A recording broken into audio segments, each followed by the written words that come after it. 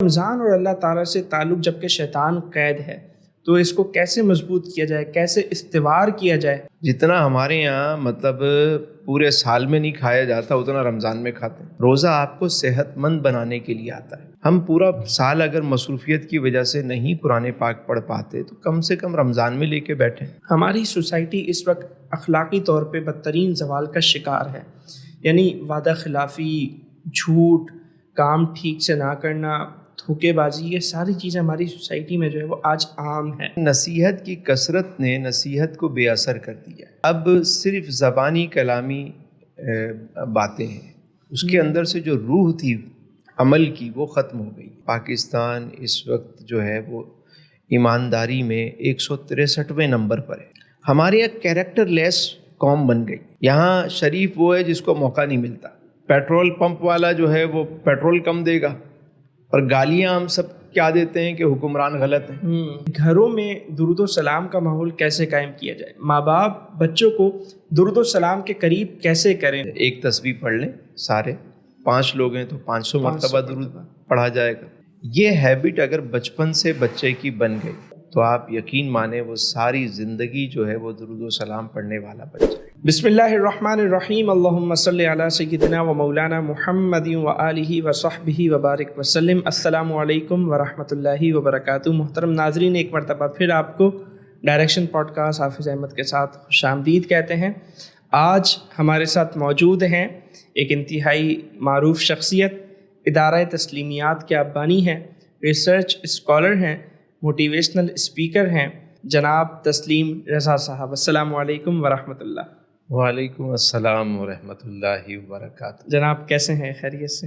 اللہ کا بڑا کرم ہے، شکر ہے صاحب۔ سب سے پہلے تو آپ کا بہت شکریہ، آپ نے اپنے قیمتی اوقات میں سے وقت نکالا اور ہمارے لیے آپ اسٹوڈیو میں آج تشریف لائے ریکارڈنگ کے لیے، بہت بہت آپ کے شکر گزار ہیں۔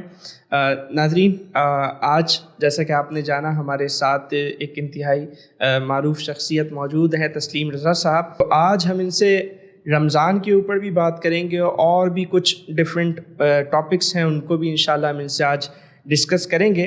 لیکن سب سے پہلے تو میں تسلیم بھائی سے یہ جاننا چاہوں گا کہ تسلیم بھائی، آپ کی ماشاءاللہ ہم شخصیت کو دیکھتے ہیں تو ملٹی ڈائمینشنل ایک شخصیت ہمیں نظر آتی ہے۔ آپ ماشاءاللہ ریسرچ اسکالر بھی ہیں، ریسرچ کا کام بھی چل رہا ہے، اور اسی طرح آپ ایک استاد بھی ہیں، لیکچر بھی آپ جو ہے وہ دیتے ہیں، پھر کاروبار سے بھی آپ کا ایک جو ہے بڑا پرانا تعلق ہے، پھر ادارے تسلیمیات جو یوں سمجھ لیں کہ ایک لوگوں کی اور نوجوانوں کی اخلاقی تربیت اور کردار سازی پر جو ہے وہ توجہ دے رہا ہے، اس کے آپ بانی ہیں۔ پھر مختلف سوشل ایشوز پہ آپ گفتگو کرتے ہیں، روحانیت سے بھی آپ کا ایک تعلق ہے، روحانی موضوعات کو بھی آپ ڈسکس کرتے ہیں۔ تو اتنی ساری چیزیں، تو اس کو تھوڑا سا سمرائز کریں ناظرین کے لیے، یہ سب کیسے چل رہا ہے، کیسے ہو رہا ہے، کیا ہو رہا ہے؟ بہت شکریہ حافظ صاحب، آپ نے بہت ساری باتیں کہیں۔ جی، میں تو ابھی بھی ایک طالب علم ہوں، طفل مکتب ہوں، اور سیکھنے کی کوشش کر رہا ہوں۔ بس میں سمجھتا ہوں یہ میرے رب کا ایک کرم ہے، فضل ہے کہ زندگی میں رب کریم سے جو چاہا اس نے اپنے محبوب کے صدقے عطا فرمایا، ماشاءاللہ، الحمدللہ۔ اور شاید یہ بزرگوں سے تعلق اور والدین کی دعاؤں کی برکت ہے کہ طبیعت میں ایک درویشی تو رہی شروع سے، ماشاءاللہ، تو مزاج میں ایک مزاج ہی ایسا رہا شروع سے۔ اگرچہ بزنس میں ہم آئے، کاروبار بڑے گراس روٹ سے ہم نے اسے شروع کیا، اور گھر کی چھت سے وہ ایک کام کا آغاز ہوا، اور چلتے چلتے کارخانے سے فیکٹری، فیکٹری سے انڈسٹری، اور مگر یہ پیاس جو ہے وہ مطلب میں سمجھتا ہوں کہ دولت جو ہے وہ آپ کی ضرورت ہے، مقصد نہیں ہے۔ واہ!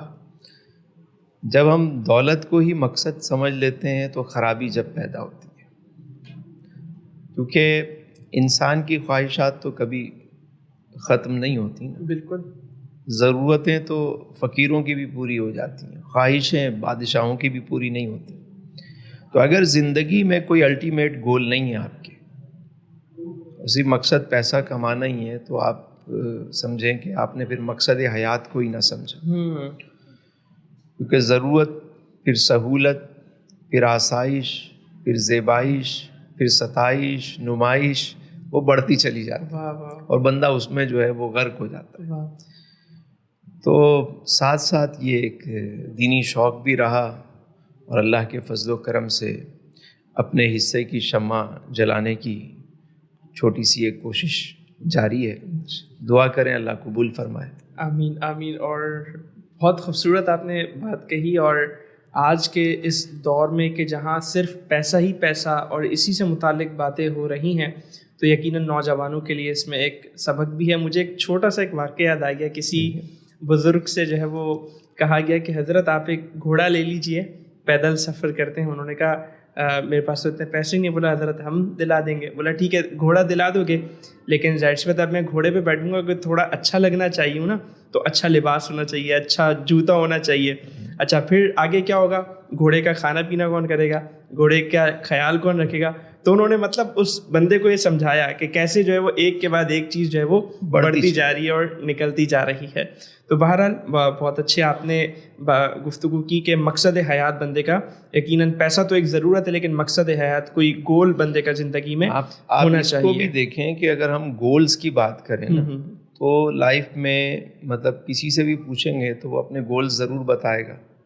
تھوڑا سا موٹیویشنل اسپیکرز نے لوگوں کو یہ سمجھا دیا تو وہ گولز بتا دیں گے، یار یہ گولز، یہ گولز، لیکن الٹیمیٹ گول کسی سے پوچھیں تو وہ خاموش ہو جائے گا۔ بھائی گولز کیا ہیں آپ کے؟ بھائی شادی کرنی ہے، گاڑی لینی ہے، گھر لینا ہے، ٹھیک ہے یہ ضروریات ہیں آپ نے، لیکن یہ آپ نے اچیو کر لیا، تو کیا کوئی الٹیمیٹ گول بھی ہے آپ کا؟ جب یہ سوال کریں گے تو زیادہ تر لوگ وہاں پہ خاموش ہو جائیں گے۔ جب تک الٹیمیٹ گول کو ہم نہیں سمجھیں گے تو مقصد حیات ہمیں سمجھ میں تھوڑا سمجھا دینا الٹیمیٹ گول، آپ ہی سمجھا دیں۔ دیکھیں الٹیمیٹ گول اس کے علاوہ اور کیا ہو سکتا ہے کہ جو رب تعالیٰ نے پہلے خود ہی ہمیں بتا دیا کہ وما خلقت الجن والانس الا لیعبدون۔ مقصد حیات تو اللہ نے سمجھا دیا، یعنی معرفت ہے، مطلب اللہ کی جو بندگی بجا لانا، یہ آپ کا الٹیمیٹ گول ہوگا نا۔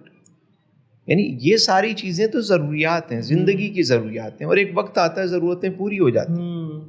اب کسی بڑے بزنس مین سے آپ پوچھیں، اس کے پاس کیا گاڑی نہیں ہے، گھر نہیں ہے، بیوی بچے نہیں ہیں، سب کچھ ہے، لیکن جب اس سے مقصد حیات پوچھیں گے تو وہ خاموش ہوگا، کیونکہ کبھی اس نے الٹیمیٹ گول کے بارے میں سوچا ہی نہیں کہ جب میری یہ ضرورتیں پوری ہو جائیں گی تو میں کیا کروں گا لائف میں۔ تو وہ ساری زندگی صرف پیسے کمانے میں ہی فوکس رکھتا ہے، اور آخر میں وہ کسی نے خوبصورت جملہ کہا کہ میں نے بہت سارے غریب ایسے بھی دیکھے کہ جن کے پاس پیسے کے سوا کچھ بھی نہ تھا۔ واہ واہ، کیا کہنا ہے، کیا خوبصورت بات ہے۔ اور الٹیمیٹ گول کی آپ نے جو ڈیفینیشن بیان کی، جو ایک تفسیر اور ایک تشریح کی، تو الٹیمیٹ گول تو ایک ایسا گول ہے کہ اس کی چھتری کے نیچے ہم جتنے بھی گولز بناتے ہیں وہ الٹیمیٹ گول ڈسٹرب بھی نہیں ہوگا، ایسا ہی۔ تو الٹیمیٹ گول بندے کو اپنا ایک رکھنا چاہیے، اور وہی جو ہمیں قرآن پاک نے بتایا کہ اللہ تعالیٰ کی بندگی، اللہ تعالیٰ کی معرفت۔ اچھا سر، میں آپ سے ایک بات یہ پوچھنا چاہوں گا، کیونکہ آپ نوجوانوں سے ایک بڑا آپ کا تعلق ہے، سوسائٹی سے ہی اوور آل آپ کا تعلق ہے، کیونکہ بزنس بھی کرتے ہیں تو وہاں سے بھی تعلق رہتا ہے، استاد ہے تو اسٹوڈنٹ سے تعلق ہے، پھر ادارہ تسلیمیات کے تھرو مختلف لوگوں سے یقیناً جو ہے نا وہ آپ ملتے رہتے ہوں گے۔ تو اگر مجموعی طور پہ دیکھیں، ہماری سوسائٹی اس وقت اخلاقی طور پہ بدترین زوال کا شکار ہے، یعنی وعدہ خلافی، جھوٹ، کام ٹھیک سے نہ کرنا، دھوکے بازی، یہ ساری چیزیں ہماری سوسائٹی میں جو ہے وہ آج عام ہے۔ تو اس پر تھوڑی بات کیجیے کہ بطور مسلمان ہمارا کیسا کردار ہونا چاہیے؟ کوئی بزنس کر رہا ہے تو بطور مسلمان ایک بزنس مین کو کیسا بزنس مین ہونا چاہیے؟ بطور مسلمان اگر کوئی کہیں جاب بھی کر رہا ہے تو وہ اس کو ایک کیسا اجیر، کیسا امپلائی ہونا چاہیے؟ ایک استاد کو کیسا بطور مسلمان کیسا استاد ہونا چاہیے؟ اس پر تھوڑی سی گفتگو کیجیے۔ بہت اہم سوال ہے یہ کہ ہماری سوسائٹی میں اگر آپ دیکھیں تو مساجد بھی بہت ہیں، مدارس بھی بہت ہیں، یقیناً جامعات، یونیورسٹیز، اسکولز بے شمار ہیں، ٹیچرز بھی بہت ہیں، اچھا لیکچر دینے والے لوگ بھی بہت ہیں، ٹھیک ہے، لیکن نصیحت کی کثرت نے نصیحت کو بے اثر کر دیا ہے۔ اللہ اکبر۔ یعنی اب صرف زبانی کلامی باتیں ہیں، اس کے اندر سے جو روح تھی عمل کی وہ ختم ہو گئی، صرف فلسفہ رہ گیا، تلقین غزالی نہ رہی، رہ گئی رسم ازاں، روح بلالی نہ رہی۔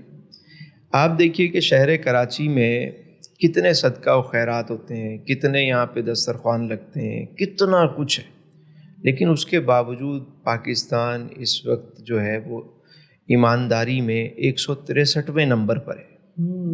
حجاج و معتمرین بھی بڑی تعداد میں جا رہے ہوں گے، ہم ہمیشہ ٹاپ کریں گے، چیریٹی میں ہم نمبر 1 ہیں، مطلب مذہبی اجتماعات میں ہمارا کوئی ثانی نہیں ہے،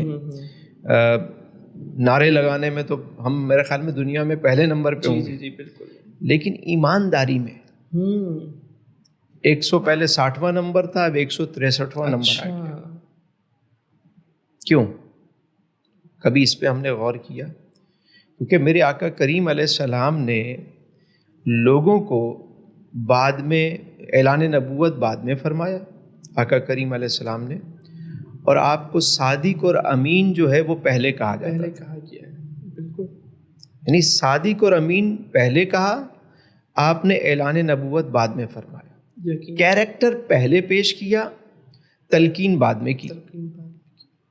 ہمارے یہاں کیریکٹر لیس قوم بن گئی، یہاں شریف وہ ہے جس کو موقع نہیں ملتا۔ ابھی میں 4-5 دن پہلے جا رہا ہوں تو میں نے دیکھا کہ مجھ سے آگے ایک ٹینکر جا رہا ہے، پانی لے کے ٹینکر جا رہا ہے، تو راستے میں وہ کہیں مطلب رکا تو وہ سب ایک فروٹ بیچنے والا بھاگتا ہوا آیا بالٹی لے کے، اور اس نے اس کا نل کھولا اور پانی بھرنے شروع کر دیا۔ اب پانی تو اس نے بھرا، اس کو دیکھ کے اس نے پھر وال بند کیا، دوسرا آ گیا، تو اس نے جب اس کو وہ کیا تو وہ بند کرنے میں ابھی اس کو پورا بند نہیں کر پایا کہ وہ ٹینکر آگے بڑھ گیا، اب اس کا پانی بہتا ہوا جا رہا ہے۔ یعنی فروٹ والا، سبزی والا، ٹھیلے والا وہ اتنی چوری ضرور کر رہا ہے کھڑے ہو کے، اچھا اب دوسرے کو گنے کی ٹرالی جا رہی ہے تو کوئی گنا کھینچ لے گا جس کا جہاں بس چلتا ہے، کوئی پیٹرول میں سے جو ہے نا وہ موٹر سائیکل میں سے پیٹرول نکال لے گا آپ کا، وہ اس کو برا نہیں سمجھے گا، پیٹرول پمپ والا جو ہے وہ پیٹرول کم دے گا، اور گالیاں ہم سب کیا دیتے ہیں کہ حکمران غلط ہیں۔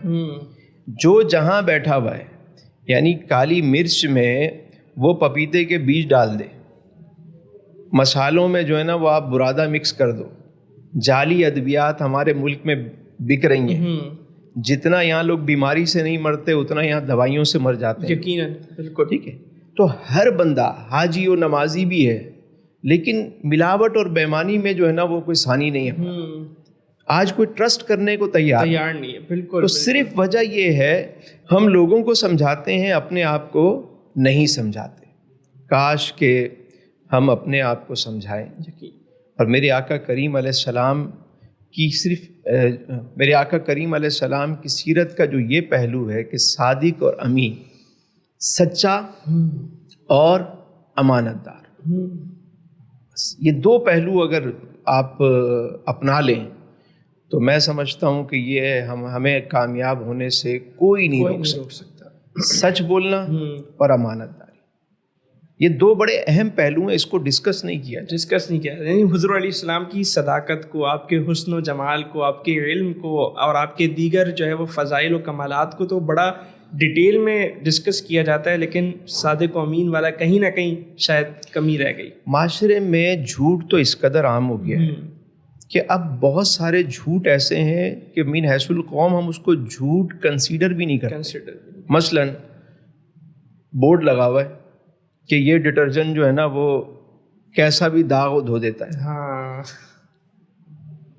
اب وہ آپ نے پورا لا کے اس کو استعمال کر لیا، داغ نہیں اترا، دکھا کچھ رہے ہیں، بتا کچھ رہے ہیں۔ مطلب خواتین کو دکھا کے آپ پروڈکٹ بیچ رہے ہیں، اس کو آپ برائی نہیں سمجھتے؟ جتنی بھی چیزیں بیچی جا رہی ہیں، جو بتایا جا رہا ہے اور جو بیچا جا رہا ہے، اور میرے آقا کریم علیہ السلام کو امین کب کہا جاتا تھا؟ کس دور میں؟ کہ جب اس وقت کوئی بینک سسٹم نہیں تھا اور لوگوں کے گھر بھی کوئی اتنے کوئی مضبوط نہیں ہوتے تھے، لیکن اور لوگ اپنی امانتیں جب رکھ کے جاتے تھے تو وہ یوں نہیں ہوتا تھا کہ کل واپس آ کے لے لوں گا، نہ، بلکہ اپنے سونے چاندی ہیرے جواہرات قیمتی اشیاء وہ امانتاً رکھواتے، کہتے ہم سفر پہ جا رہے ہیں، کوئی سال کے بعد آتا، کوئی 2 سال کے بعد آتا، اور آ کے طلب کرتا تو اسے دے دیا جاتا۔ یہاں تک کہ میرے آقا کریم علیہ السلام نے جب ہجرت فرمائی تو اس وقت بھی آپ نے امانتیں لوٹانے کے لیے سیدنا علی کرم اللہ وجہہ الکریم کو آپ نے بستر پہ سلایا، فرمایا کہ آپ امانتیں دے کر وہاں مدینہ شریف آنا۔ تو اس موقع پر بھی امانت کا خیال رکھا گیا۔ آج ہماری تاجر برادری، آج ہمارا مسلمان سچ بولنے سے گریزاں ہے۔ دیکھیے، ہمارا رب سچا ہے، ہمارے رسول سچے ہیں، ہماری کتاب سچی، ہمارا دین سچا، تو کوئی جھوٹا شخص اس میں کیسے چل سکتا ہے؟ ہمارا رب پاک، رسول پاک، ان کی آل پاک، ان کے اصحاب پاک، ان کی کتاب پاک، دین پاک، تو کوئی ناپاک شخص اس میں کیسے چل سکتا ہے؟ تو یہ کمزوریاں ہماری اپنی ہیں جو آج ہم یہاں پہنچے ہیں۔ ہم چاہے ذمہ دار حکمرانوں کو کہیں، کسی، کیونکہ جیسی قوم ہوتی ہے ویسے لوگ ان پہ مسلط کیے جاتے ہیں۔ ماشاء اللہ، بہت خوبصورت انداز میں آپ نے اس پہ گفتگو کی، اور اللہ تعالیٰ سے دعا کر سکتے ہیں کہ اللہ تعالیٰ جو ہے وہ ہماری قوم کے اس اخلاقی زوال کو اللہ تعالیٰ جلد از جلد جو ہے وہ ختم فرمائے، اور ہم اخلاقی طور پر بھی اور دیگر حوالوں سے بھی دنیا کی ترقی یافتہ ممالک کی صفوں میں ہم شامل ہو سکیں۔ اچھا تسلیم بھائی، آپ کا ماشاءاللہ ایک سلسلہ درود و سلام کا بھی ہے، اور بڑی ایک گہری وابستگی آپ کی، اور بڑا ایک گہرا تعلق ہے درود و سلام سے، اور ماشاءاللہ وہ گوشہ بھی سجاتے ہیں ہر جمعرات۔ تو چونکہ یہ ہمارا ایک جو پلیٹ فارم ہے، یہ ایک ایجوکیشنل پلیٹ فارم ہے، ہماری جو ویورشپ ہے، پیرنٹس ہیں، اسٹوڈنٹس ہیں، ٹیچرز ہیں، تو میں آپ سے پوچھنا چاہوں گا کہ گھروں میں درود و سلام کا ماحول کیسے قائم کیا جائے؟ ماں باپ بچوں کو درود و سلام کے قریب کیسے کریں، اور کیسے جو ہے وہ ایک تعلق جو ہے وہ استوار ہو، یہ اس بارے میں تھوڑی گفتگو کریں۔ دیکھیں، اولاد کو ہم ماں باپ جو سب سے قیمتی چیز دے سکتے ہیں وہ ان کی تربیت ہے، یقیناً، اور حضور علیہ السلام کی جو ہے وہ محبت انہیں دینا، یہ سمجھو کہ بہترین تحفہ ہے۔ تو گھروں میں اگر گوشہ درود و سلام کو قائم کیا جائے، مثلاً عشاء کے بعد پوری فیملی بیٹھ جائے اور ہر بچے کے ہاتھ میں ایک تسبیح دے دیں اور اس سے کہیں کہ درود شریف پڑھو، یعنی 100 مرتبہ ایک تسبیح پڑھ لیں، سارے 5 لوگ ہیں تو 500 مرتبہ درود پڑھا جائے گا۔ یہ ہیبٹ اگر بچپن سے بچے کی بن گئی تو آپ یقین مانیں وہ ساری زندگی جو ہے وہ درود و سلام پڑھنے والا بن جائے گا۔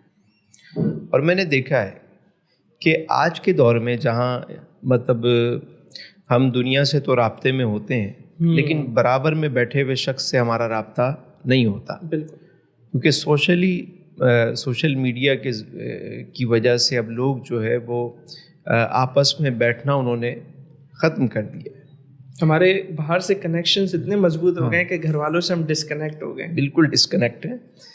تو اس کا بہترین طریقہ یہ ہے کہ آپ 10-15 منٹ کے لیے روزانہ پوری فیملی کو بٹھائیں، عشاء کی نماز پڑھ لی، اب کوئی بھی ٹائم رکھ لیں اور ایک چھوٹی سی جگہ مخصوص کر لیں، وہ کوئی بھی جگہ ہو سکتی ہے، اسے نام دے دیں کہ یہ گوشہ درود و سلام ہے، یا پرے ایریا ہوتا ہے گھر میں، خواتین نماز پڑھتی ہیں، اس جگہ کو کر سکتے ہیں، وہاں بیٹھ گئے۔ اب آپ نے سب کو ایک ایک تسبیح دی کہ بھائی اب درود شریف پڑھیں، درود شریف پڑھا، اور اس کے بعد اگر کسی نے کوئی حدیث سنا دی، کوئی سیرت کی کوئی بات کر لی اور دعا کر لی۔ اس سے یہ ہوتا ہے کہ جب آپ 12 منٹ کے لیے بیٹھتے ہیں تو وہ صرف 12 منٹ نہیں بیٹھتے، ہو سکتا ہے کہ یہ محفل ختم ہو، کھانا لگ جائے، ہو سکتا ہے کہ آپ مزید کوئی گفتگو کر لیں، اس کی وجہ سے روزانہ فیملی کے ساتھ بیٹھنے کا ایک موقع مل جاتا ہے۔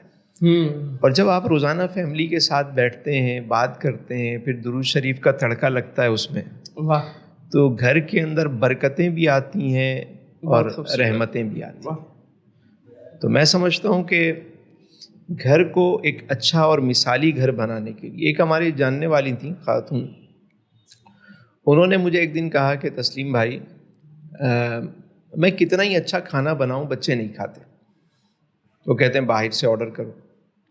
یعنی میں سارا دن محنت کر کے کھانا بناتی ہوں تو رات کو رزلٹ یہ آتا ہے کہ کوئی کھاتا ہی نہیں.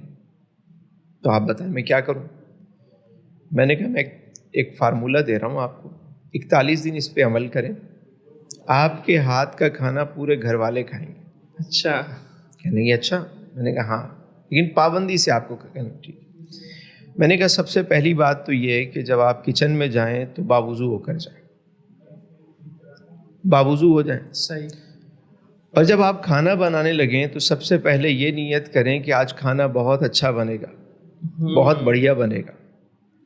اور جتنی دیر آپ پروسیسنگ وہ سارا پروسیس کریں، کوکنگ کریں، تو آپ نے اس وقت درود پاک پڑھتے رہنا ہے.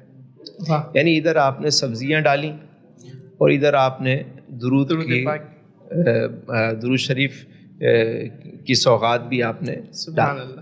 ادھر آپ نے مسالہ ڈالا اور ادھر جو ہے درود پاک کا تڑکا بھی آپ نے لگا دیا.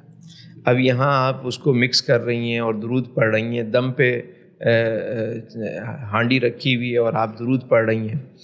تو آپ دیکھیے گا کہ اس کی برکت سے، درود پاک کی برکت سے آپ کے ہاتھوں میں لذت آ جائے گی اور کھانا بڑا لذیذ بنے گا. حافظ صاحب 15 دن گزرے نہیں کہ اس خاتون کا فون آ گیا، مجھے کہنے لگی تسلیم بھائی کمال ہو گیا. میں نے کہا کیا ہوا؟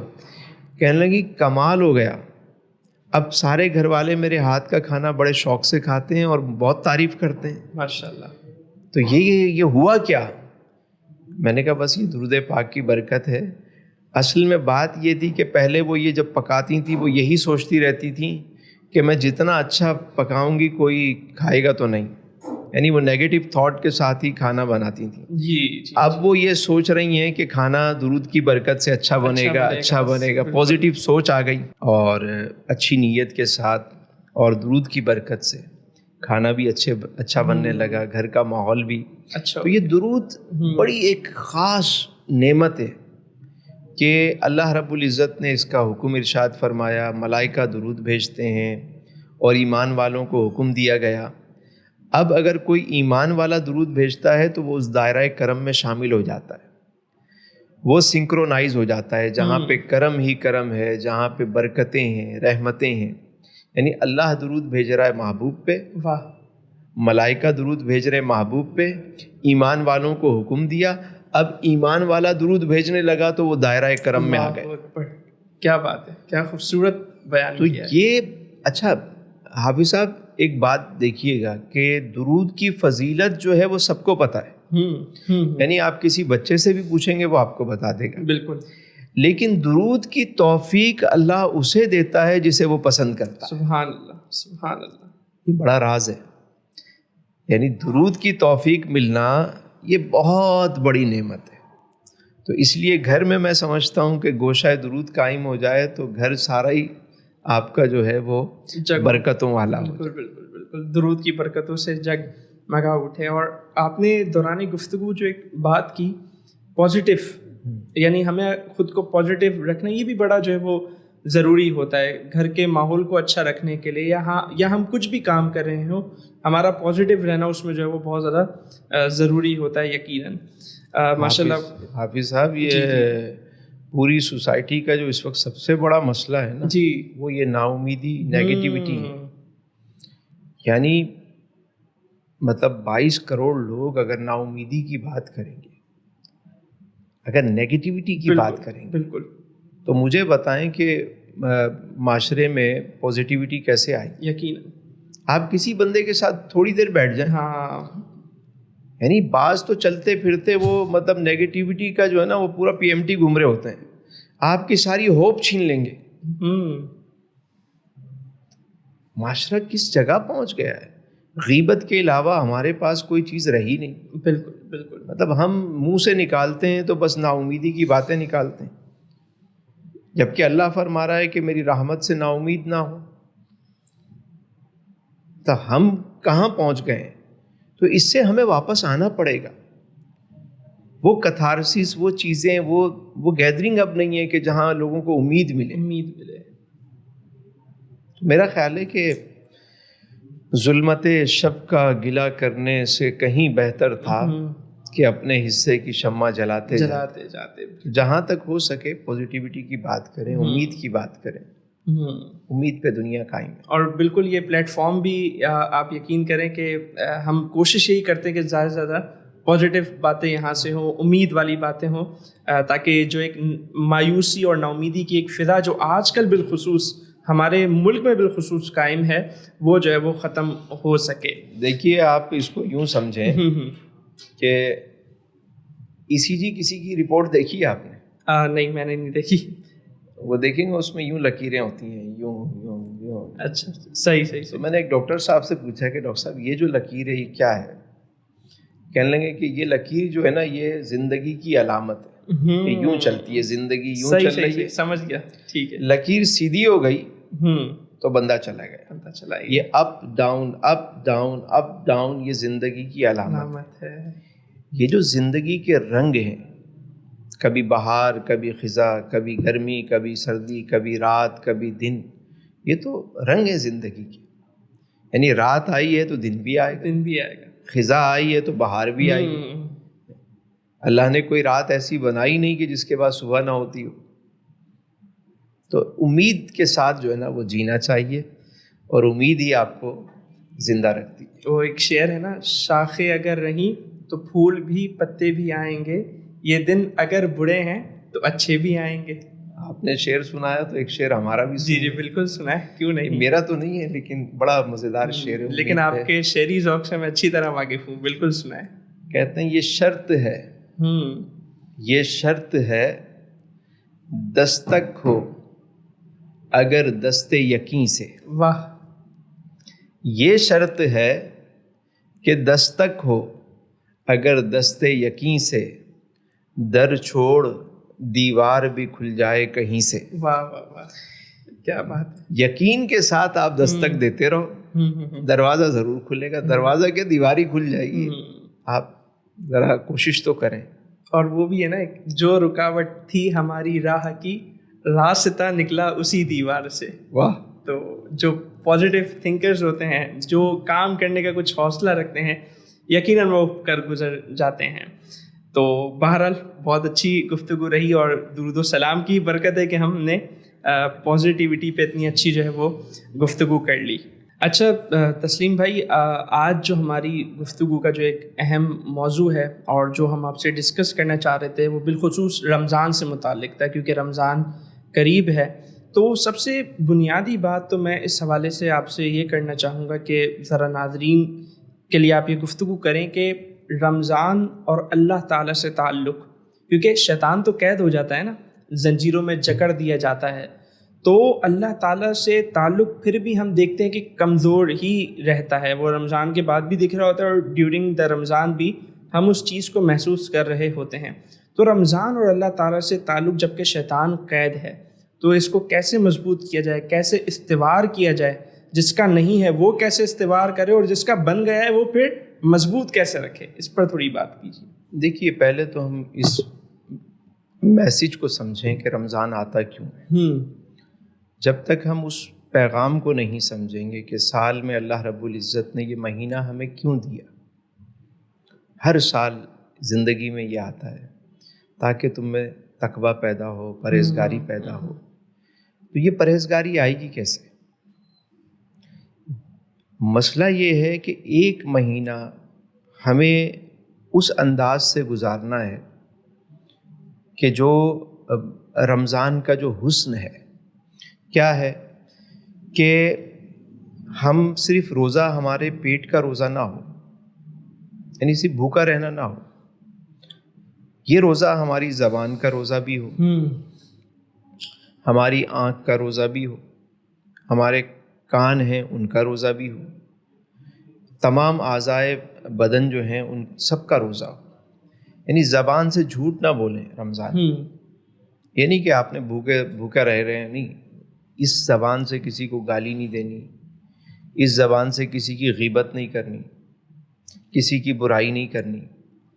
ایک مہینہ اگر اس انداز سے ہم گزاریں کہ سحر اور افطار میں کم کھائیں، ٹھیک ہے نا، جتنا ہمارے یہاں مطلب پورے سال میں نہیں کھایا جاتا اتنا رمضان میں کھاتے ہیں۔ مطلب جو گوداموں میں بیسن سڑ رہا ہوتا ہے پورا سال، وہ پیس کے لوگوں کو کھلا دیا جاتا ہے رمضان میں۔ یعنی جتنا کوکنگ آئل ہمارے یہاں رمضان میں استعمال ہوتا ہے، اتنا مطلب کئی مہینوں کا اسٹاک ہم کھاتے، اور اتنا زیادہ بناتے ہیں افطاری کہ وہ بعد میں جو ہے سب ضائع ہو رہے ہیں۔ لیکن سالن ہے، کوئی چاول ہیں، وہ تو آپ کسی کو پیک کر کے دے دیں گے، افطاری کس کو دیں گے، بعد میں کون کھائے گا؟ تو بے تحاشا رزق کا ضیاع ہے۔ کم کھائیں، سحر اور افطار میں صحت مند ہو جائیں گے۔ روزہ آپ کو صحت مند بنانے کے لیے آتا ہے، اور ہم زیادہ کھا کے الٹا جو ہے وہ تراویح میں جو ہے نا سارے اپنے پیٹ پہ جو ہے نا وہ ان کے ساتھ کھڑا ہونا جو ہے نا وہ ایک عجیب قسم کا ماحول بن جاتا ہے مساجد میں بھی۔ کم کھائیں۔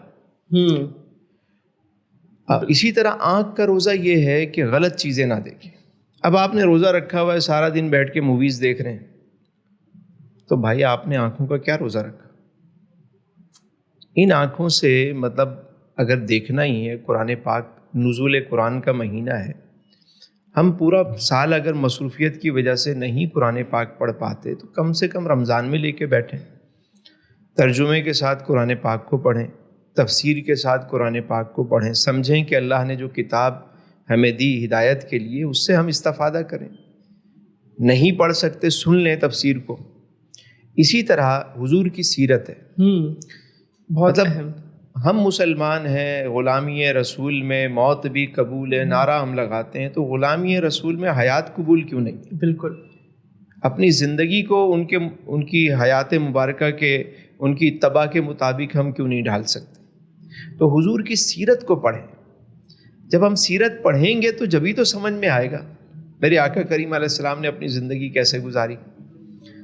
تو رمضان کریم میں مطلب ہمیں قرآن کی تفسیر، حضور کی سیرت، پھر آنکھ، ناک، کان، سارے اعضائے بدن کا اگر ہم روزہ رکھیں تو یوں سمجھیں کہ یہ ہماری زندگی کا ایک خوبصورت، ایک یادگار رمضان بن جائے۔ یعنی ایک مہینہ تو کم سے کم صحابہ کرام تو شعبان میں ہی سارے کاموں سے فارغ ہو جاتے، اور رمضان عبادت کا مہینہ تھا۔ بالکل۔ قرآن اور صاحب قرآن اور بس ذکر یہی ہوتا تھا، اور ہم رمضان کو ہم نے کمائی کا مہینہ بنا لیا، رمضان کو ہم نے جو ہے نا وہ مطلب بس آرام کرنے کا، راتیں فضول جاگنے کا جو ایک ہمارے یہاں ٹرینڈ بن گیا ہے کہ پورے محلے کو ستاؤ اور جاگو۔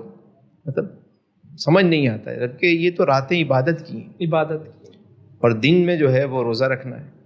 یعنی یہ وہ طریقہ کار ہے، یعنی اپنی آنکھ پہ کنٹرول، اپنی زبان پہ کنٹرول، اپنے پیٹ پہ کنٹرول، یہ وہ تمام چیزیں ہیں کہ اگر ان پہ کنٹرول ہو جائے تو یقیناً ہمارا اللہ تعالیٰ سے تعلق کہیں نہ کہیں جو ہے وہ مضبوط ہوتا نظر آئے گا۔ بالکل ایسا ہی آپ دیکھیں کہ اگر آپ کے گھر میں فریج میں کھانا رکھا ہوا ہے کہ آپ کھاتے ہیں؟ کھاتے ہیں۔ نہیں، روزہ ہے تو روزہ ہے تو نہیں کھاتے، نہیں کھاتے نا۔ نہیں کھاتے، شربت رکھا ہو، نہیں پیتے، فروٹس رکھے ہوں، آپ کو پیاس شدید لگی ہوئی ہے تو کیا آپ کھائیں گے، پئیں گے؟ نہیں نا۔ کیوں؟ کیونکہ آپ نے اللہ کے لیے روزہ رکھا ہے کہ کوئی نہیں دیکھ رہا، اللہ تو دیکھ رہا ہے۔ تو اگر یہی کام ہم آنکھ کے لیے کریں کہ میرا رب مجھے، اگر میں یہ چیز روزے میں دیکھ رہا ہوں تو میری آنکھ دیکھ رہی ہے تو میری آنکھ کا بھی روزہ ہے، اس کا میں خیال کروں، میں کان سے کوئی ایسی چیز نہ سنوں، زبان سے کوئی ایسی چیز نہ نکالوں، یہ پاؤں میرے چل کے کسی ایسی جگہ نہ جائیں کہ پاؤں کا بھی روزہ ہے، ہاتھوں سے کوئی غلط کام نہ کروں۔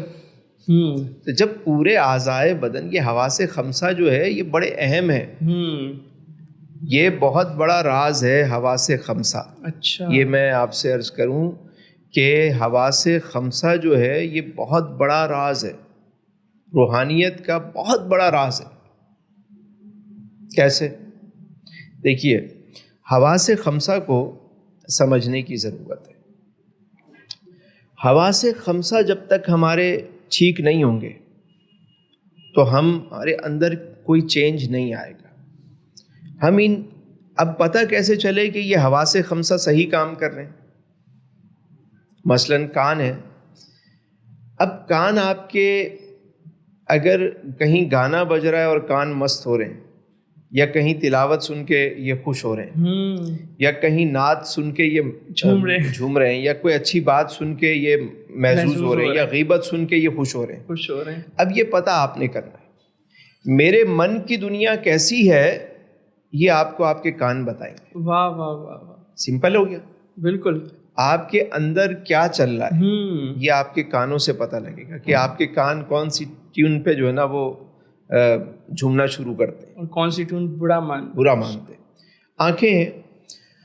ان آنکھوں سے آپ کیا دیکھ کے خوش ہوتے ہیں اور کیا دیکھ کے آپ کو برا لگتا ہے.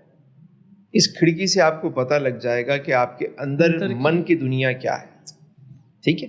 آپ اکیلے بیٹھے ہوئے ہیں، گھر میں کوئی نہیں ہے، کمرے میں کوئی نہیں ہے. اب آپ کیا چیز اسکرولنگ کرتے ہیں، کیا دیکھتے ہیں، کیا دیکھنا چاہتے ہیں، یہ آپ کے من کی دنیا ہے. یہ زبان ہے.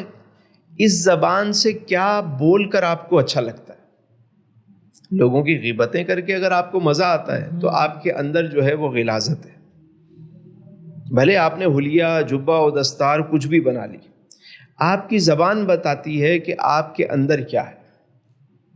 اگر اس زبان سے آپ ذکر کرتے ہیں، درود پڑھتے ہیں، نیکی کی بات کرتے ہیں، کوئی اچھی بات کرتے ہیں، کوئی ایسی بات کرتے ہیں جس سے کوئی دین کا فائدہ ہو یا کوئی دنیا کا فائدہ ہو، ان ہاتھوں سے آپ کو پتہ چلے گا یہ ہاتھ کن کاموں میں استعمال کر کے آپ کو مزہ آتا ہے. پاؤں سے کہاں چل کے جا کے مسجد کی طرف جانے میں مزہ آتا ہے یا کہیں اور جا کے مزہ آتا ہے. تو یہ حواس خمسہ جو ہیں یہ آپ کو بتائیں گے کہ آپ کے من کی دنیا کیا ہے.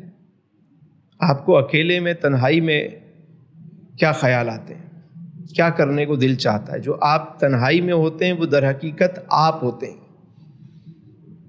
ٹھیک ہے. جو من والا بندہ ہوتا ہے وہ تو میلے میں بھی اکیلا ہوتا ہے اور اکیلے میں بھی میلہ ہوتا ہے. کیا کہنے. تو وہ الگ ہی دنیا ہے. تو آپ کو تمام اعضاء کو کی ٹیوننگ کرنے کا ٹائم ہوتا ہے رمضان میں. اور یہ 1 مہینہ اگر آپ نے اس کی ٹیوننگ کر دی، پھر اگلے 11 مہینے آئیے سیدھے سیدھے چلتے رہیں گے. اور بیچ میں بھی ان کو ذرا ٹیوننگ سروس کرتے رہیں تو یہ بالکل صحیح رہیں گے. بالکل. وہ کسی نے جو ہے وہ مجھے یہاں 2 باتیں آپ کی گفتگو سے یاد آئیں. ایک تو آپ نے ٹیوننگ کا ذکر کیا، تو کسی نے پوچھا ایک علامہ صاحب سے کہ حضرت رمضان میں بھی عبادتوں میں دل نہیں لگ رہا ہوتا، اس کی کیا وجہ ہے؟ شیطان تو قید ہوتا ہے. تو علامہ صاحب نے کہا کہ اس کو آپ یوں سمجھیں کہ سائیکل ہوتی ہے نا، ہم اس کے پیڈل چلاتے ہیں. تو بولا ہم نے 11 مہینے نا شیطان کو آزادی دی ہوتی ہے کہ پیڈل چلائے. پھر پیڈل چلاتے چلاتے ایک لمحہ ایسا آتا ہے کہ آپ پیڈل نہیں چلاتے، روک دیتے، لیکن سائیکل چل رہی ہوتی ہے. تو اب بالکل ایسا ہے، آٹو پہ آ جاتے ہیں. اور رمضان میں ہم آٹو پہ آ جاتے ہیں. تو اب ہم رمضان میں اگر تھوڑا کنٹرول کر لیں، ٹیوننگ کر لیں اگر اس کی، تو یقیناً پھر وہ 11 مہینے ہم اس کو اچھے انداز سے چلا سکیں گے. اور ایک اور بات جو آپ نے بالخصوص حواس خمسہ کے حوالے سے کی کہ کس طرح آپ کے من کی دنیا کو جو ہے وہ آپ کی بتاتے ہیں کہ آپ کی من کی دنیا کیا ہے. تو اس سے مجھے ایک بات یاد آئی کہ ہم کتابوں میں پڑھتے ہیں کہ فلاں بزرگ پوری رات عبادت کرتے، فلاں بزرگ پوری رات قیام، پوری رات قرآن کی تلاوت. تو پہلے جب پڑھتے تھے تو کبھی کبھار سمجھ نہیں آتا تھا یار کیسے پاسبل ہے ایک بندہ پوری رات جو ہے وہ عبادتیں کر رہا ہے، سارے کام کر رہا ہے. تو اب جا کے احساس ہوا. اور ایک یہ واقعہ بھی ہے کہ کسی نے بزرگ سے پوچھا کہ کیسے ممکن ہے، تو انہوں نے کہا کہ اس میں تو کوئی مسئلہ ہی نہیں ہے. آپ دیکھ لیں آج کی نسل کو کہ وہ کس طرح سوشل میڈیا کا یوز کر رہی ہے. پوری رات اسکرولنگ میں جو ہے وہ نکل جاتی ہے. پوری رات بندہ اسکرولنگ کرتا رہتا ہے. آپ نے کبھی اس اسکرولنگ کو سمجھا ہے؟ حضرت آپ سمجھائیں. دیکھیں جب ہم کوئی اسکرولنگ کرتے ہیں، یعنی اگر آپ کسی بھی سوشل ایپ پہ جائیں تو ایک ویڈیو دیکھیں، اسی طرح کی ساری ویڈیوز وہ آپ کو دکھانا شروع کر دے گا. مطلب آرٹیفیشیل انٹیلیجنس جو ہے اس کی بالکل ایسا، یعنی ایک طرح کی آپ نے چیز سرچ کی، اب وہی آپ کو دکھا رہا ہے. اسی طرح یہ جو ہمارا دماغ ہے یہ بھی اسی طرح کی چیزیں آپ کو دکھانا شروع کر دیتا ہے جیسا آپ سوچنا شروع کرتے ہیں. یعنی حواس خمسہ کو بھی اس کا بھی ایک سسٹم ہے کہ آپ جس طرح کی اسکرولنگ کرتے ہیں یہ آپ کو اسی طرح کے مزید چیزیں لا کے دے رہا ہوتا ہے. تو روحانی طور پہ اگر ان کی ٹیوننگ کی جائے اور ایسی چیزیں سوچنا شروع کی جائیں اور کوشش کی جائے, یہ 1 مہینہ محنت کی جائے, تو اس کے بعد آپ کو وہی تھاٹ, وہی چیزیں, وہی آئیڈیاز یہ لا کے خود ہی دینا شروع کر دیتے ہیں. یعنی کہنے کا مقصد یہ ہے کہ جو لوگ یہ کہتے ہیں کہ عبادت میں دل نہیں لگتا, جو لوگ یہ کہتے ہیں نماز میں دل نہیں لگتا, جو لوگ کہتے ہیں اچھی باتوں کی طرف دل مائل نہیں ہوتا, ان کا بنیادی پرابلم یہ ہے کہ وہ اپنے آپ کو وہاں پر لے کر ہی نہیں چاہتے. اگر وہ وہاں پر لے کے جائیں گے کچھ ٹائم وہاں اسکرول کرتے رہیں گے اپنے دماغ کو. اس کو اگر آپ سے کہیں میں اور تھوڑا سا بالکل دیکھیں, کیونکہ ہم تو تعلق اللہ سے تعلق کو مضبوط کر رہے ہیں نا. تو آپ نماز پڑھ رہے ہیں, جی مسجد میں نماز پڑھ رہے ہیں, اور اس کے بعد آپ دعا مانگتے ہیں, آپ کہتے ہیں یا اللہ رب کریم سے آپ دعا مانگتے ہیں کہ اپنے مسائل چیزیں جو مانگنی چاہیے تو مانگتے ہیں. بالکل. اور آپ کا یقین یہ ہوتا ہے میرا رب میری سنتا ہے, مجھے دیکھ رہا ہے. آپ نے گھر میں نماز پڑھی اور مصلی پہ بیٹھ کے آپ نے دعا مانگی, تو آپ کا یقین کیا ہے, میرا رب مجھے سن رہا ہے, دیکھ رہا ہے. آفس میں نماز پڑھ لی, آپ کا گمان کیا ہوتا ہے, میرا رب مجھے دیکھ رہا ہے. بالکل. یہاں پہ بیٹھ کے آپ نماز پڑھ رہے ہیں اور آپ کا گمان یہ ہے کہ میرا رب مجھے دیکھ رہا ہے, سن رہا ہے, مگر وہاں سے اٹھ کے جب آپ سیٹ پہ آ کے بیٹھتے ہیں, اللہ, دکان پہ آ کے بیٹھ رہے ہیں, آفس میں آ کے بیٹھ رہے ہیں, اب یہاں بیٹھ کے آپ جب رشوت لے رہے ہیں, جب آپ جھوٹ بول رہے ہیں, تو کیا وہ اب نہیں دیکھ رہا, اب نہیں سن رہا؟ یعنی اس مصلی پہ تو آپ کا یقین ہے, یہاں کیوں نہیں ہے؟ جس دن آپ کا یہاں یقین ہو جائے گا نا, وہاں مصلی پہ آپ کو مزہ آئے گا. جب یہاں بیٹھ کے آپ رشوت لے رہے ہیں, یہاں پہ بیٹھ کے آپ کرپشن کر رہے ہیں, آپ مطلب جھوٹ بول رہے ہیں, آپ غلط کام کر رہے ہیں, آپ کو خیال نہیں آ رہا, اور یہ مصلی ہے وہاں آپ کہہ رہے ہیں وہ دیکھ بھی رہا ہے, سن رہا ہے, یہ دل میں دعا مانگ رہے ہیں, تو جب وہ وہاں دیکھ رہا ہے تو یہاں نہیں دیکھ رہا. وہ انہ علیم بذات الصدور ہے, آپ کے دلوں میں جو وسوسے آتے ہیں نا وہ اس کو بھی جانتا ہے. تو اپنے آپ کو جب تک ہم تیار نہیں کریں گے, عبادات میں کیسے لطف آئے گا؟ ہم نے تو ایک رسم بنا لی نا, بس مطلب رسم ہے, تو رسموں سے ہٹ کر جب اس کی حلاوت کسی کو محسوس ہوتی تو پھر مزہ آنا شروع ہو جاتا ہے. یہی بات ہے. پھر وہ ایک تسبیح بھی پڑھتا ہے تو جھوم اٹھتا ہے, وہ سجدے میں سر رکھتا ہے تو اس کا دل کرتا ہے میں اور طویل کروں, اللہ اکبر, ورنہ تو وہ ایک ٹکرے ہی مار رہا ہے بندہ. بالکل. رمضان میں بھی حضرت یہی ہوتا ہے جو آپ نے باتیں کی, اگر واقعی ان چیزوں کو سوچا جائے, اگر روزہ رکھ رہا ہے بندہ تو ذرا تھوڑی دیر کے لیے سوچ لینا روزے میں بیٹھ کر کہ میں کیوں پانی نہیں پی رہا, اور اگر اس کو جب وہ جواب مل جائے گا کہ اللہ کی رضا کے لیے, تو کیا یہ اللہ کی رضا صرف رمضان میں ہی مقصود ہے؟ کیا اللہ کی یہ رضا صرف ان چند گھنٹوں میں ہی مقصود ہے؟ کیا ہم نے پوری زندگی یہ رضا حاصل نہیں کرنی؟ اور بلکہ ہم تو حضرت اللہ تعالیٰ معاف فرمائے رمضانوں میں روزے کی حالت میں یہ پلاننگ کر رہے ہوتے کہ عید کی رات میں ہم نے کیا تماشا کرنا ہے. تو یہ بڑی ایک اقبال نے ایک بات کہی, یہ حکمت ملکوتی, یہ علم لاہوتی, حرم کے درد کا درما نہیں تو کچھ بھی نہیں. یہ ذکر نیم شبی, اللہ, یہ مراقبے, یہ سرور, تیری خودی کے نگہباں نہیں تو کچھ بھی نہیں. خرد نے کہہ بھی دیا لا الہ تو کیا حاصل, دل و نگاہ مسلمان نہیں تو کچھ بھی نہیں.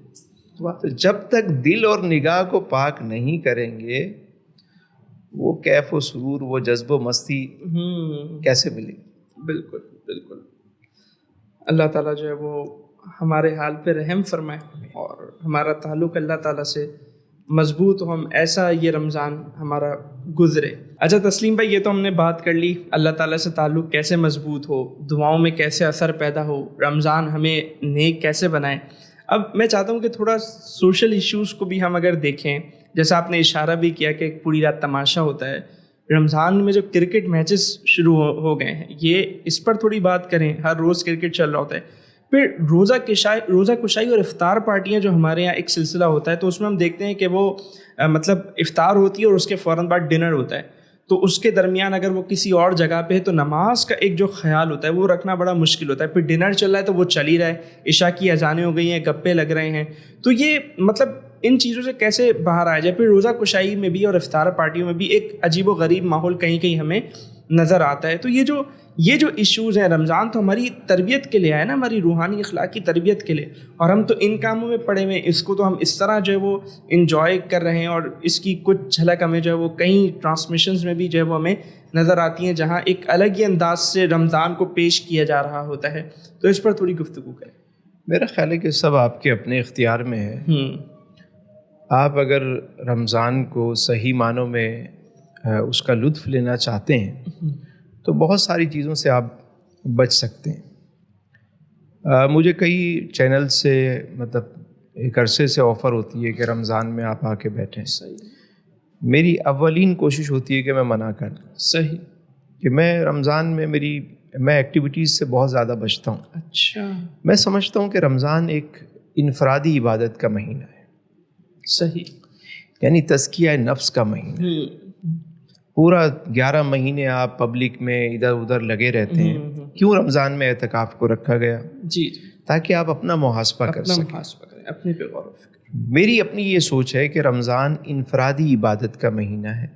آپ اپنی ذات کو بہتر کریں، یعنی اپنی ذات کی گرومنگ کے لیے اپنی ذات کو مطلب ایک نئے انداز سے مطلب کچھ ایک مہینہ آپ لوگوں سے جو ہے نا وہ ہٹ جائیں، پبلک سے بالکل دور ہو جائیں. صحیح. آپ اپنے رب کے ساتھ اپنا کنیکشن جو ہے وہ جوڑیں، مضبوط کریں. جتنا ہو سکے آپ اپنے آپ کو ٹائم دیں اور اپنی اصلاح کرنے کی کوشش کریں. یہ انفرادی طور پہ ہی ممکن ہے. ہمارے یہاں اب تو اعتکاف بھی جو ہے وہ اجتماعی اعتکاف ہوتے ہیں، جس میں اس میں بھی ایک میلہ لگ گیا ہے. جو اپنے من میں ڈوب کر پا جا سراغ زندگی والی جو بات تھی وہ اب کہاں نظر آتی ہے. میرے آقا کریم علیہ السلام نے غار ہرا میں وقت گزارا اور ہمارے لیے جو ہے وہ مطلب اعتکاف کو رکھا گیا. بالکل. کہ کچھ تنہائی میں آپ بیٹھیں. یہ 10 دن گزاریں، 20 دن گزاریں، مطلب شروع کے 20 دن آپ اگر اعتکاف نہیں کرتے تو کم سے کم آپ اپنے ساتھ تو وقت گزاریں، کچھ تنہائی میں بیٹھیں. بھائی 11 مہینے پبلک میں آپ بیٹھے ہیں نا، تو ایک مہینہ اپنے ساتھ بیٹھیں. تو کچھ قرآن لے کے بیٹھیں، کچھ کتاب لے کے بیٹھیں، کچھ تسبیح لے کے بیٹھیں، کچھ مسجد کے ساتھ اپنا تعلق جوڑیں. مطلب دیکھیے گا ایک مہینہ اگر آپ نے اپنے اوپر محنت کر لی، یہ اللہ کا کرم ہے کہ آپ کو مطلب ہم یہ سمجھتے ہیں کہ ہم مطلب ایسے ہی ساری زندگی گزرے گی. ارے اللہ کے بندو، یہ اللہ کا کرم ہے کہ وہ تمہیں مسجد میں بلا لیتا ہے، اپنے ہاں بلاتا ہے. اللہ کتنی محبت کرتا ہے بندے سے حافظ صاحب کہ آپ مجھے بتائیں کہ کیا کوئی شخص آپ نے دیکھا کہ جو کسی سے محبت کرتا ہو 5 ٹائم اس کے ساتھ بیٹھتا ہو روزانہ؟ والدین سے محبت کرنے والے بھی 2 ٹائم میں نے دیکھا، صبح آفس جاتے ہوئے واپس آتے ہوئے بیٹھ گئے. کسی سے محبت کرتا ہے بچوں سے 1 ٹائم 2 ٹائم ان کو. اللہ بندوں سے کیسی محبت فرماتا ہے، 5 وقت بلاتا ہے کہ 5. اور پھر جس سے زیادہ پسند کرتا ہے کہتا ہے رات کو نیند سے اٹھا کے بھی اپنے پاس بلا لے. وہ ایک نوکر اور سیٹھ جو ہے نا سفر پہ جا رہے تھے، تو راستے میں ملازم کہنے لگا صاحب، ڈرائیور جو تھا اس نے کہا صاحب نماز پڑھنی ہے. سیٹھ کہنے لگا آگے کوئی پمپ آئے گا تو روک لیں گے. گاڑی آگے چلی، اس نے کہا صاحب نماز پڑھنی ہے، ابھی پمپ کوئی اچھا آئے گا تو روک لیں گے. آگے ایک پمپ آ گیا، گاڑی رک گئی، ملازم اترا، ڈرائیور مسجد میں داخل ہوا، وضو کیا، اس نے نماز میں. سیٹھ صاحب وہاں ذرا کش لگانے لگے، تھوڑا چہل قدمی کر رہے ہیں. تھوڑی دیر کے بعد مسجد کی دیوار کے ساتھ کھڑے ہو کے آواز لگاتے ہیں، او بھائی جلدی کر، باہر آ. اندر خاموشی. تھوڑی دیر اور گزری تو اس نے پھر آواز لگائی، کون ہے جو تجھے باہر نہیں آنے دے رہا؟ تو اندر سے آواز آئی، وہی جو تجھے اندر نہیں آنے دے رہا. اللہ اکبر. توفیق. یہ زندگی میں توفیق مل رہی ہے نا، بہت بڑی بات ہے، غنیمت جان. اس رمضان کو یادگار بنائیں. کیا پتہ زندگی میں دوبارہ یہ موقع ملے نہ ملے. تو اپنی زندگی کو جتنی جلدی ہو پلٹ آئیں, اپنی اصل کی طرف پلٹ آئیں, اپنے اللہ کی طرف پلٹ آئیں, لوٹ آئیں.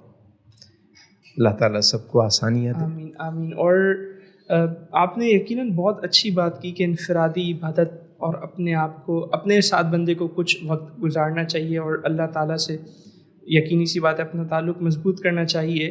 اور مجھ سے بھی کچھ نوجوان جو ہے وہ پوچھا کرتے تھے, مجھے یاد ہے کہ کوئی انفرادی اعتکاف جہاں ہو رہا ہو, جہاں ہم خود سے جو ہے وہ کچھ کنیکشن اللہ تعالیٰ سے بنا سکے, تو ایسی جگہیں بتائیں. تو وہ چند ہی ہمیں نظر آتی ہیں, لیکن کیا کریں, آج کا دور ایسا ہے کہ اگر انفرادی اس میں چھوڑ دیا جائے تو آپ کو بھی پتہ ہے کہ کس طرح جو ہے وہ ہمارے کسی کو توفیق ملے, کوئی واقعی اگر ڈیووٹڈ ہو, موٹیویٹڈ ہو اس کام کے لیے, تو یقیناً اسے کرنا چاہیے.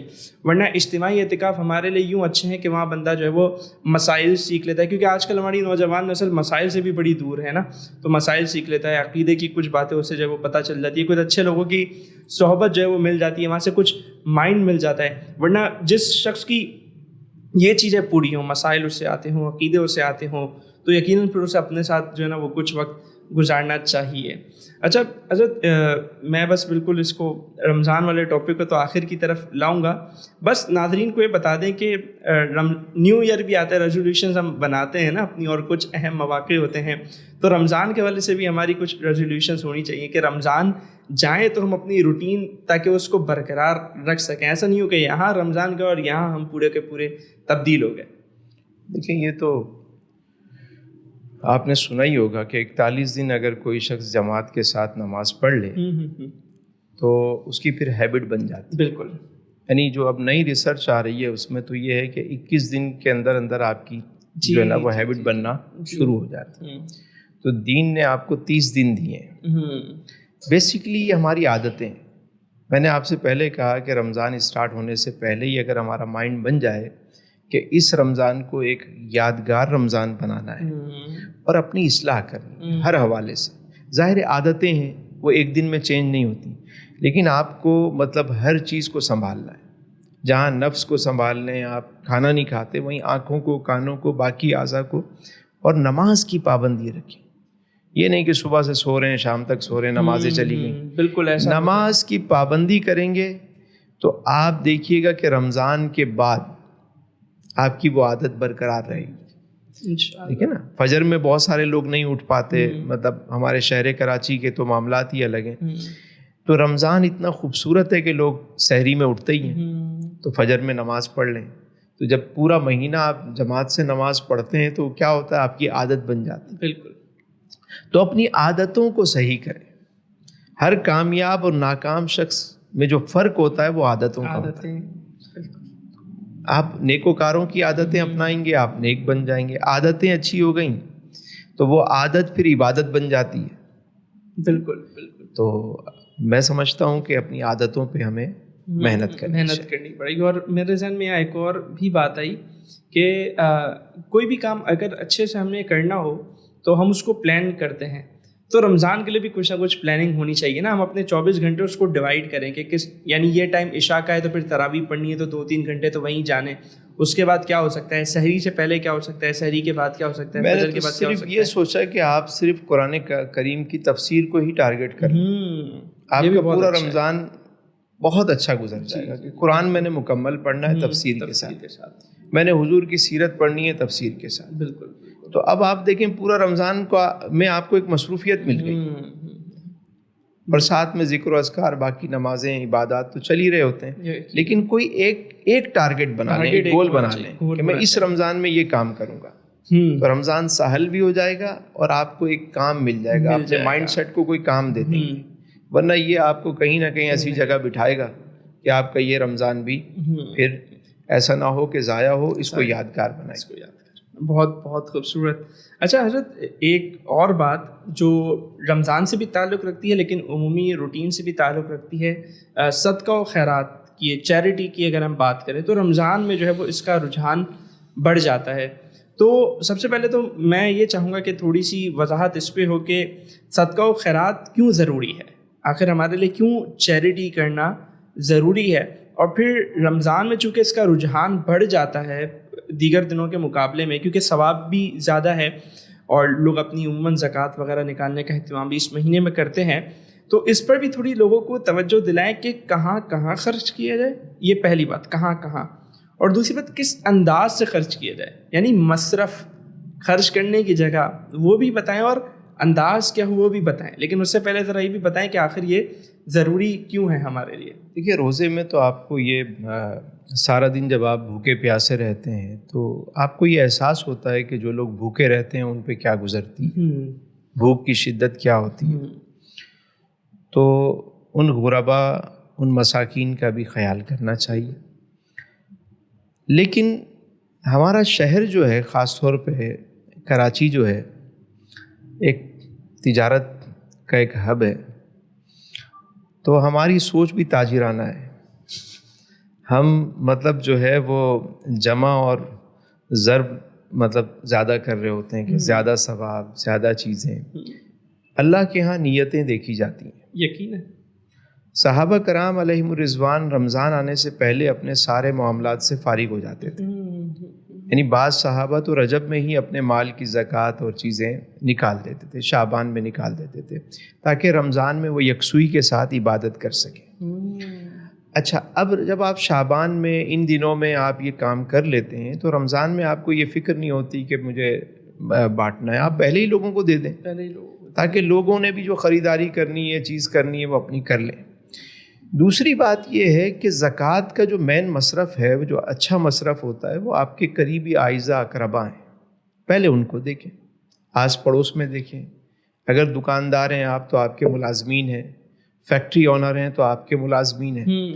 آپ باہر لنگر خانے کھلا رہے ہیں، آپ اپنے لوگوں کو کیوں نہیں دیتے؟ حضرت ایسا بھی ہوتا ہے کہ مطلب مدینے میں دسترخوان لگ رہا ہے جی سیٹھ صاحب کا، لیکن اپنے آس پاس کے لوگوں کی اللہ توفیق دے آپ مدینے میں بالکل لگائیں، سعادت کی بات ہے. لیکن پہلے میں یہ عرض کرتا ہوں کہ جو آپ کے مستحق لوگ ہیں، جو آپ کے ماتحت لوگ ہیں، سیٹھوں نے کیا کیا ہمارے یہاں کہ یہ وہی سوچ ہے جو ابھی اب ہم تاجرانہ سوچ، تاجرانہ سوچ. سیٹھوں نے کیا کیا، یہاں مختلف تنظیمیں ہیں جہاں پہ لوگ وہ اپنا جو ہے وہ فنڈ دے دیتے ہیں. وہ کہتے ہیں بھائی ہم نے زکوٰۃ دے دی. صحیح. اب وہ چلے گئے. لیکن وہ جو اپنے ہاتھ سے آپ کسی کو دیتے تھے، دیکھیں ایک سیٹھ صاحب ہے نا، اس کے 100 ملازمین ہیں. اگر وہ انویلپ کسی کو اپنے ہاتھ سے دے گا نا کہ یہ عید کا گفٹ ہے تم رکھو، تو وہ اپنے سیٹھ سے لینے میں فخر محسوس کرے گا. اس کو اچھا لگے گا کہ میرے سیٹھ نے میری دلجوئی کی. یہی شخص جب لائن میں جا کے لگ کر جب صدقہ و خیرات جب وہ وہاں سے لے رہا ہوتا ہے، تو آپ مجھے بتائیں کہ یہ جو لنگر تقسیم کیا جاتا ہے، مجھے ایک بات بتائیں، کوئی سفید پوش آدمی کیا وہ ان لائنوں میں لگے گا جا کے؟ یہ تو پیشہ ور بھکاری جو ہے وہ زیادہ تر آ گئے ہیں. اب لوٹ مار ہو رہی ہوتی ہے وہاں. وہ سفید پوش جو مستحق تھا، جس کو مطلب آپ کو جس کی مدد کرنی تھی، وہ آپ کا ماتحت بھی تھا، لیکن آپ نے اس کو فراموش کر دیا. تنظیمیں لے جاتی ہیں فنڈ، پھر وہ اپنے حساب سے اس کو ڈسٹریبیوٹ کر رہے ہوتے ہیں، اس کی جو ہے وہ تشہیر ہو رہی ہوتی ہے، اس کا پورا ایک. تو بھائی اس سے بہتر ہے آپ جو دین نے طریقہ سکھایا، جو اپنے قریبی لوگ ہیں پہلے ان کو دیں، ماتحتوں کو دیں. ابھی میں ایک علاقے میں گیا تو مجھے وہاں بتایا گیا کہ پچھلے سال ایک تنظیم نے 22 کروڑ روپے کا راشن تقسیم کیا. 22 کروڑ روپے کا. تو میں نے پوچھا کیا اس سے غربت ختم ہو گئی؟ نہیں، اور بڑھ گئی.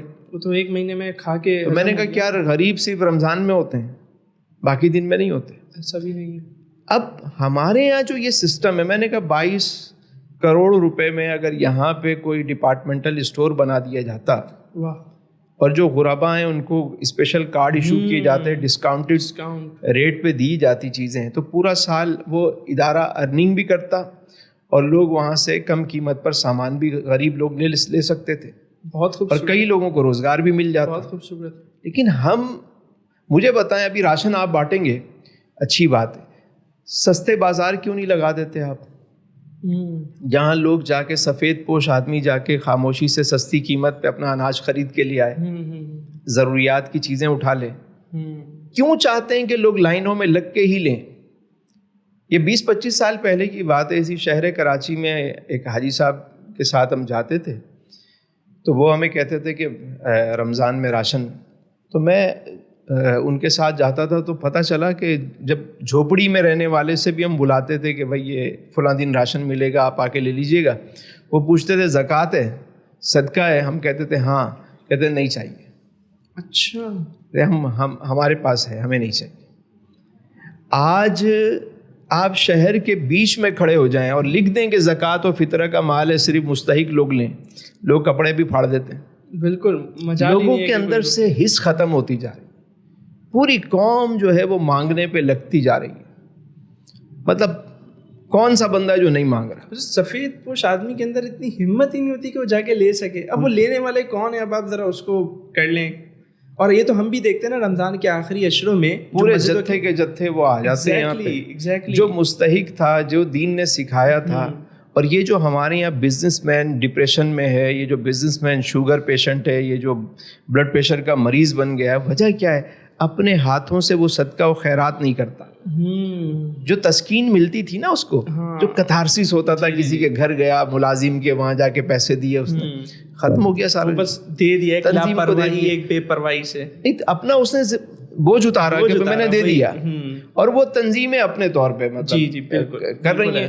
بالکل ایسا. مطلب اس سے کیا معاشرے میں غربت ختم ہو رہی ہے؟ اس سے معاشرے کے اندر سے کیا سدھار پیدا ہو رہا ہے؟ مجھے تو لگ رہا ہے کہ اور زیادہ بگاڑ پیدا ہو رہا ہے. بالکل. تو کہیں نہ کہیں مطلب اہل دانش کو, اہل فکر کو یہ سمجھنا ہوگا, کہیں نہ کہیں ہمیں اپنی سمت کو صحیح کرنا ہوگا. بالکل. کہ کہیں ایسا تو نہیں ہم اچھا کام کرنے جا رہے ہیں اور اس سے معاشرے میں بگاڑ پیدا ہو رہا ہے. یہ سوچنا پڑے گا. یہ لمحہ فکریہ ہے. صدقہ دیں, خیرات دیں, زکوٰۃ دیں, ضرور دیں, لیکن رمضان میں ہی کیوں؟ آپ ایک زیڈ اکاؤنٹ بنا دیں, پورا سال اس میں سے دیتے رہیں. آج آپ نے زکوٰۃ نکالی, آج ہی بانٹنی ہے. بھائی کوئی مستحق تھا رجب میں, کوئی کسی کو کسی مہینے میں ضرورت تھی, تو آپ ایک زیڈ اکاؤنٹ بنا دیں, پورا سال اس میں سے دیتے رہیں. آخر میں آپ کیلکولیشن کر لیں کہ میں نے اس سال میں کتنی زکوٰۃ دی, کتنی باقی رہ گئی, وہ مستحق لوگوں تک پہنچ جائے گا. بالکل. تو میرا یہ خیال ہے کہ کہیں ٹھہر کے ان چیزوں کو ذرا طریقے سے سوچنے سمجھنے کی ضرورت ہے. اچھا حضرت, یہ ذرا بتائیں نا, بچوں میں یہ عادت کیسے ڈیولپ کی جائے, دینے والی عادت؟ یہ تو ماں باپ کیسے اس ہیبٹ کو بچوں کے اندر پروان چڑھائیں؟ میں تو اپنے بچوں کو یہ کرتا ہوں کہ ان کے ہاتھوں سے دلوا دیتا ہوں. اچھا, کہ بیٹا دے کر آؤ. صحیح. اس فلاں کو دے کر آؤ, یا کوئی چیز ہے تو جاؤ ان کے گھر پہنچا کے آؤ. صحیح. شروع سے ان کو بانٹنے کی عادت میں لگائیں کہ وہ تقسیم کریں. رشتہ داروں کے تحائف بھجوانے ان کے ہاتھ سے بھجوا دیں. بچوں کے اندر اعتماد بڑھتا ہے اس سے. یعنی سخاوت جو ہے وہ مطلب بہت بڑا وصف ہے. سخی ہمیشہ بانٹنے والا ہوگا, اس کا درجن ہمیشہ 13 کا ہوگا. وہ ہمیشہ دریا سوکھ بھی جائے نا تو اس میں نمی باقی رہتی ہے, وہ فیض دینا پھر بھی جاری رکھتا ہے. اللہ تعالیٰ سب کو آسانیاں دے اور آسانیاں بانٹنے والا بنائے. بہت بہت شکریہ. اور تقریباً جو اہم باتیں تھیں وہ ہم نے آپ سے جو ہے وہ ڈسکس کی, اور میں امید کرتا ہوں کہ رمضان کے حوالے سے یہ ڈسکشن ہمارے ناظرین کے لیے ایک فائدہ مند گفتگو ثابت ہوگی, اپنا تعلق اللہ تعالیٰ سے مضبوط کرنے کے حوالے سے اور صدقہ و خیرات کے سلسلے میں. اور اللہ تعالیٰ سے دعا ہے کہ وہ ہمیں اچھا رمضان, ایک یادگار رمضان گزارنے کی توفیق عطا فرمائے. اور میں بس ناظرین کو یہاں ایک بات آخری یہ کہنا چاہوں گا کہ صوفیاء کرام کے بارے میں بھی ہمیں یہ ملتا ہے کہ وہ فرماتے ہیں رمضان جو ہے وہ فصل کاٹنے کا مہینہ ہے. یعنی رجب بیج بونے کا مہینہ ہے, شعبان اس کی نشو و نما کرنے کا مہینہ ہے, پانی ڈالیں, اس بیج کو جو آپ نے ڈالا ہے اس کو پودا بنائیں, اور پھر رمضان فصل کاٹنے کا مہینہ ہے. تو اب ہمارا پرابلم یہ ہے کہ ہم بیج ہی نہیں ڈالتے. ہم بیج نہیں ڈالتے تو اس کی نشو و نما بھی ظاہر سی بات نہیں ہوتی, اور جب یہ دونوں چیزیں نہیں ہوتی تو فصل بھی نہیں اگتی, اور جب فصل ہوگی نہیں تو فصل کاٹیں گے کیسے؟ اب رمضان فصل کاٹنے کا مہینہ ہے, فصل کٹے گی تو پورے سال پھر اس کو یوٹیلائز ہم کر سکیں گے نا. اللہ تعالیٰ سے دعا ہے کہ وہ اس رمضان کو ہمارے لیے یادگار بنائیں, اور رمضان میں جو ہم اچھے کام کریں اللہ تعالیٰ ہمیں یہ توفیق عطا فرمائے کہ ہم رمضان کے بعد بھی اسے کنٹینیو کر سکیں. ایک مرتبہ پھر تسلیم بھائی بہت بہت آپ کا شکریہ. اللہ تعالیٰ آپ کو بھی خوب عزت برکت عطا فرمائے. تو آج کی پوڈ کاسٹ کو ہم اختتام کی طرف لے جاتے ہیں. اور تسلیم بھائی آپ سے ایک اور گزارش, ہمارا یہ طریقہ کار ہے, جو بھی گیسٹ آتے ہیں ڈسکشن تو ہوتی ہے لیکن ہم چاہتے ہیں ایک خاص میسج پیرنٹس کے لیے رمضان کے تعلق سے آپ اگر دینا چاہیں پیرنٹس کے لیے کہ وہ اپنے بچوں کو رمضان میں کس طرح چلائیں، اس ایک خاص میسج اگر آپ دے دیں اس حوالے سے؟ میں سمجھتا ہوں کہ اگر گھروں میں رمضان میں آپ علیہ السلام کی سیرت کو اگر آپ شروع کریں اور بچوں سے ہی پڑھوائیں، ایک ایک صفحہ روزانہ ہو اور اس پہ گفتگو ہو، آپ علیہ السلام کے بچپن سے جو ہے وہ سیرت مبارکہ کو سنانا شروع کریں تو یہ مہینہ بڑا یادگار ہو جائے گا، اور بچوں کو جو بات بچپن میں سکھائی جاتی ہے ان کو جب آپ کہیں گے کہ آپ لوگ پڑھیں اور ہم سنتے ہیں تو ان میں کانفیڈنس بھی آئے گا اور گھر میں ایک اچھا ماحول قائم ہوگا۔ تو میری یہ گزارش ہے کہ اس رمضان اگر اس پہ عمل کیا جائے تو بہت مناسب رہے گا۔ بہت شکریہ جی، تو ناظرین اسی کے ساتھ آپ سے اجازت، اور ایک بار پھر آپ سے گزارش کہ پیرنٹنگ، تربیہ اور دیگر ایجوکیشنل ٹاپک سے ریلیٹڈ کوالٹی کنٹینٹ دیکھنے کے لیے ہمارے چینل کو آپ ضرور سبسکرائب کریں، شیئر کریں، اور اگر آپ چاہتے ہیں کہ ہم کسی خاص ٹاپک پر گفتگو کریں تو وہ بھی آپ ہمیں کمنٹس میں ضرور بتائیں، آگاہ کریں۔ اور اسی کے ساتھ اللہ حافظ، انشاءاللہ ایک مرتبہ پھر آپ سے ملاقات ہوگی کسی نئے مہمان کے ساتھ، کسی نئے موضوع کے ساتھ۔ تب تک اپنا خیال رکھیے اور رمضان میں ہمیں بھی دعاؤں میں یاد رکھیے۔ السلام علیکم ورحمۃ اللہ وبرکاتہ۔